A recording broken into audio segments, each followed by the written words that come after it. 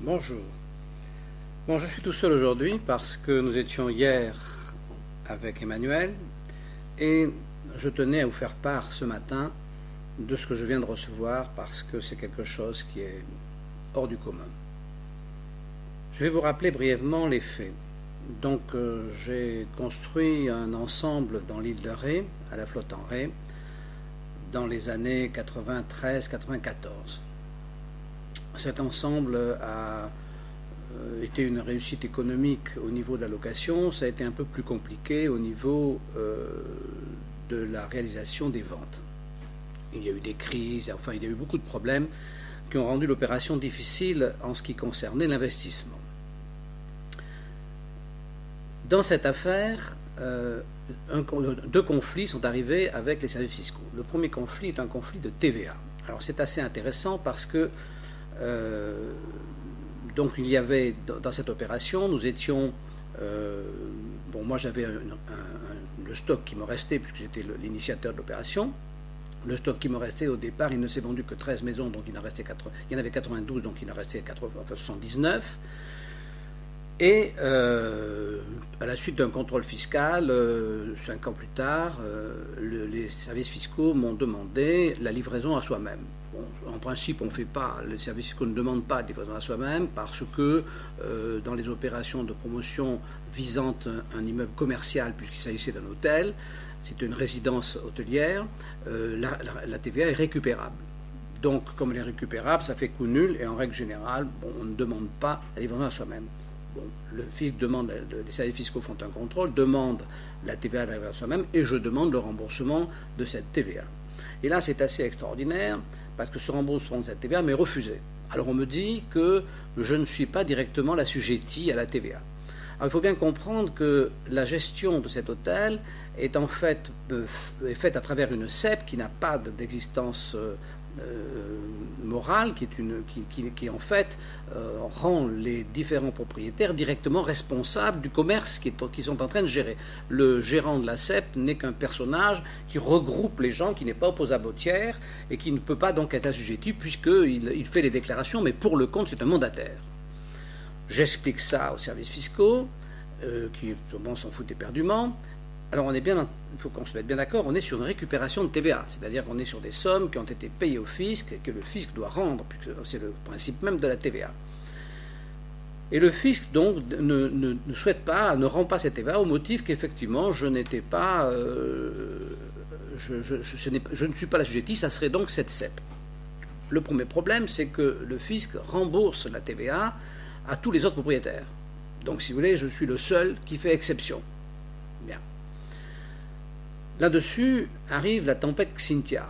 La tempête Xynthia ravage une partie de cet établissement et génère des travaux conséquents. L'assureur est AXA, et AXA dit je vous rembourse les travaux, mais hors taxe, parce que la TVA, la facture que vont envoyer les entrepreneurs, la TVA, c'est le service fiscal qui les rembourseront. Effectivement, les propriétaires demandent les remboursements de leur TVA, et les services fiscaux paient la TVA, sauf à moi. C'est-à-dire que sur une trentaine de copropriétaires, tout le monde récupère sa TVA, sauf moi. Donc nous sommes dans la situation où, dans un ensemble, tous les copropriétaires ont récupéré la TVA de leur achat, tous les propriétaires ont récupéré la TVA des travaux de la tempête Xynthia. Moi, non. Bien. Alors, il faut quand même que... Alors, on est aujourd'hui, vous voyez, Noël, c'est demain. Donc je vais exposer ça au tribunal administratif de Poitiers, je perds, je vais en appel à Bordeaux. Je suis reçu à Bordeaux, je plaide ma cause, je vais vous mettre en pièce jointe ma plaidoirie que j'ai enregistrée. Et le jugement, l'arrêt doit être rendu le 4 décembre. Le 4 décembre, pas d'arrêt. L'arrêt est rendu le 18 décembre. Ah, me dit peut-être un peu d'espoir, le 18 décembre, ils ont réfléchi, il a fallu qu'ils réfléchissent, donc peut-être la justice va quand même suivre son cours. Non, non, pas du tout ça, parce que je pense qu'ils ont rendu le 18 décembre pour que j'ai ça juste la veille de Noël, c'est mon cadeau de Noël, si vous voulez, c'est ça, c'est mon cadeau de Noël vu par les services fiscaux, vu par ces gens qui considèrent qu'on doit mourir, qui doivent nous tuer, que c'est leur raison d'exister. Moi, je n'ai pas de raison d'exister, je dois être abattu. Alors voilà ce qu'ils écrivent pour ne pas me donner ma TVA, parce que c'est quand même quelque chose d'extraordinaire. Alors, à des magistrats de très haut niveau, hein, c'est pas n'importe quoi, c'est la cour. On peut quand même se poser des questions sur l'intégrité intellectuelle de ces gens quand on est dans la salle d'attente, parce qu'il y a un grand panneau dans lequel il y a un écrit qu'il faut aller voir, il faut le voir. Je vous conseille, si vous passez à Bordeaux, c'est public, c'est ouvert, vous rentrez, vous allez dans la salle d'attente à droite et vous voyez le verbiage écrit par un ponte sans doute de cet établissement, et là vous allez comprendre un peu qu'il y a un problème. Alors voilà ce qu'ils disent, que la circonstance à la supposée établie, j'aime bien ça, à la supposée établie, que les services fiscaux d'autres départements auraient accepté de rembourser cette TVA à certains copropriétaires. Voilà. Alors ça, c'est supposé établi. Je veux dire, tout le monde sait que ça a été remboursé, les services fiscaux le savent, évidemment, la Cour ne peut pas mettre en doute que ça a été remboursé, c'est pas possible, puisque ça a été remboursé. Non, alors c'est à la supposée établie. Donc, la circonstance à la supposée établie que les services fiscaux d'autres départements auraient accepté de rembourser cette TVA à certains copropriétaires. C'est pas aurait supposé, c'est pas certain, c'est à tous, sauf à Dumas.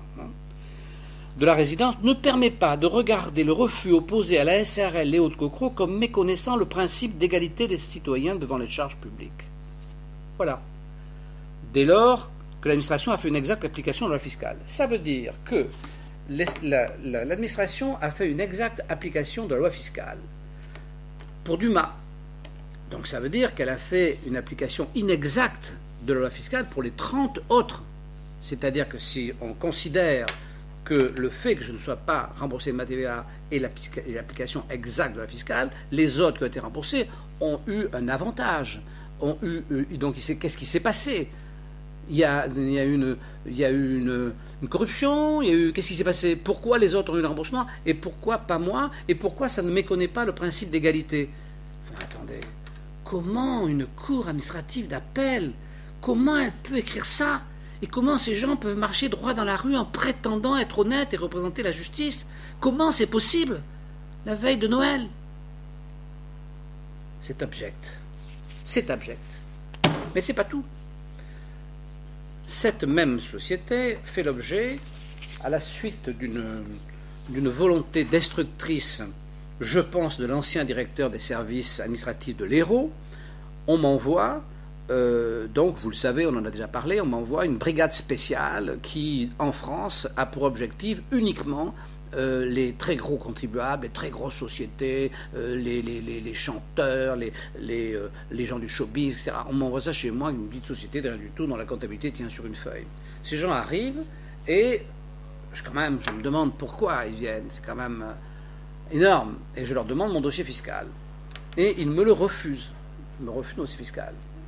Je demande à la CADA si j'ai le droit de l'avoir. On me répond que oui.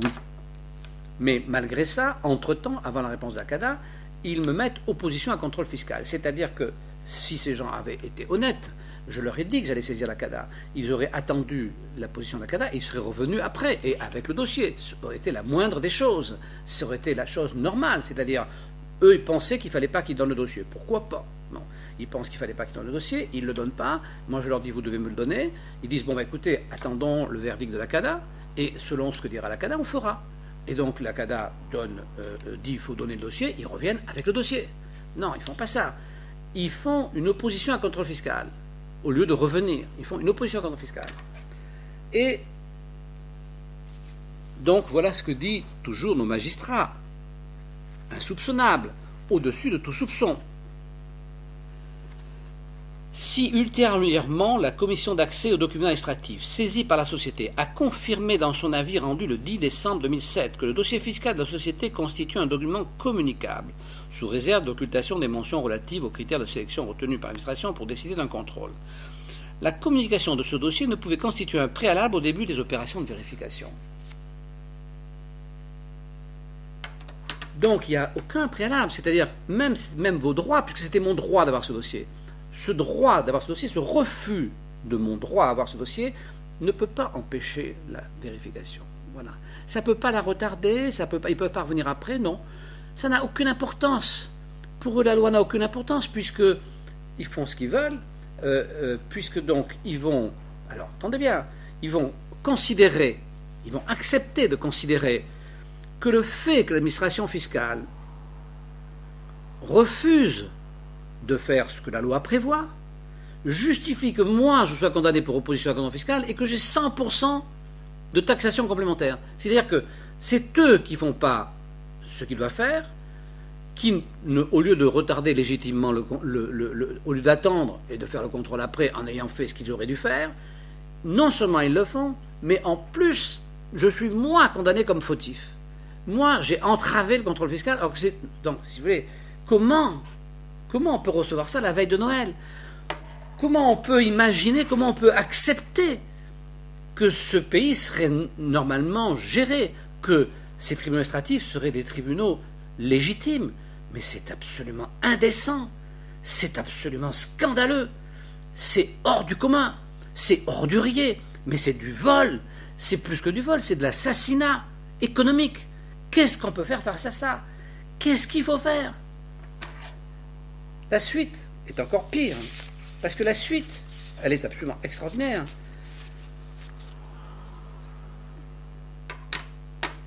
Le comptable fait peut-être une petite erreur, j'en sais rien, je ne vais pas aller me battre avec lui. Il laisse un compte courant de société, créditeur, pendant que, à l'époque où les fonds sont rentrés dans cette société, la société était en société civile immobilière et ces sommes ont payé l'impôt puisqu'elles ont été déclarées, évidemment, par la transparence fiscale, elles ont été déclarées sur mon compte personnel. Donc j'ai payé l'impôt. Et puis ces sommes sont restées, pour des raisons que le comptable a expliquées, pour une erreur, je pense. Le seul fait que ces sommes soient dans une case où elles n'auraient pas dû être, contre toute réalité, les rend imposables une nouvelle fois. Donc j'ai eu beau expliquer que ça avait déjà payé l'impôt, j'ai eu beau expliquer que c'était peut-être une erreur, je dirais, comptable, je ne sais pas. Non. On me garde cette imposition, c'est-à-dire que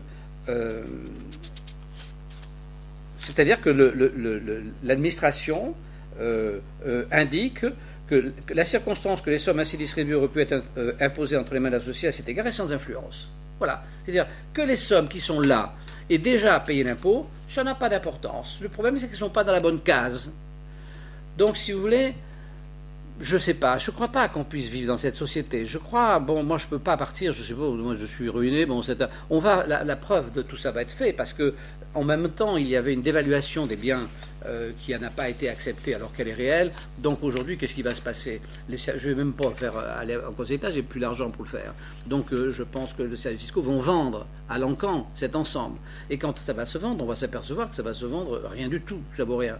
Donc on va avoir la preuve que j'avais raison sur toute la ligne. Bon, je ne fais rien, j'aurai plus rien, et bon, les choses auront disparu. Mais je veux dire, franchement, le goulag, Staline, ça c'est de la rigolade. C'est de la rigolade parce qu'au moins c'est clair, c'est net. Tandis que là c'est pervers. C'est pervers. Et je pense que plus de la moitié du pays pense que c'est bien fait. Je veux dire que sur 60 millions de Français, il y en a 40 au moins qui pensent que c'est tout à fait normal que je sois ainsi ruiné parce qu'ils pensent que c'est à leur avantage. Ceux qui pensent ça sont des cons. Voilà. Alors, les gens du tribunal administratif sont des escrocs. Les gens du fisc sont des escrocs. Ce sont des gens qui volent de l'argent, qui me volent de la TVA qu'ils me doivent, qui me volent tout mon bien, qui savent très bien, qui savent parfaitement, ou alors ils sont complètement abrutis, mais s'ils ne le sont pas, et je pense qu'ils ne le sont pas, ils savent très bien qu'ils me volent tout. Ces gens sont absolument odieux, et les gens qui laissent faire ça sont complètement cons, parce qu'ils vont finir dans la misère, parce qu'on peut pas, parce que si vous voulez, je suis évidemment pas un cas à part, vous l'imaginez, je suis quelqu'un de très ordinaire, et ce qui m'arrive, ben, ça arrive à tout le monde, ça arrive à tous ceux qui ont la malchance de gagner un peu d'argent. Donc, si vous voulez, je sais pas, je trouve que la veille de Noël, je voulais vous dire ça, parce que je ne sais plus quoi faire. Jusqu'au bout, j'ai cru que peut-être la justice pouvait exister. Non, il n'y a pas de justice. Non, ces gens sont... Il n'y a pas de justice. Je ne sais pas. Et encore, je vis dans les beaux quartiers. J'imagine que ça peut être quand les mecs sont face directement à la justice des petits quartiers. Il n'y a pas de justice dans ce pays. Je pense que c'est fou. Je pense que c'est fou de ces fonctionnaires malades, puisque c'est ça, hein, ces collectivistes fonctionnaires malades qui ont pris le pouvoir, sont vraiment... Je ne sais pas, comment on peut faire ça? Moi, il y a des gens que j'aime pas, mais je n'oserais jamais leur faire un mal pareil, même aux gens que j'aime pas. Les gens que j'aime pas, ben, je leur dis que je les aime pas, mais faire ça, franchement, alors là... Et c'est rien par rapport à ce que je vais vous raconter, ce qui va passer à Marseille, parce que là c'est encore pire que tout. Parce que là, à Marseille, je vais vous montrer la vraie complicité qu'il y a entre les magistrats. Parce qu'ils sont complices évidemment tous. Voilà, bon ben écoutez, je vous souhaite quand même un bon Noël. Pour moi évidemment les carottes sont cuites. Je vous souhaite un bon Noël, bonne fête, et puis ben, on verra si on se voit l'an prochain. Allez, au revoir.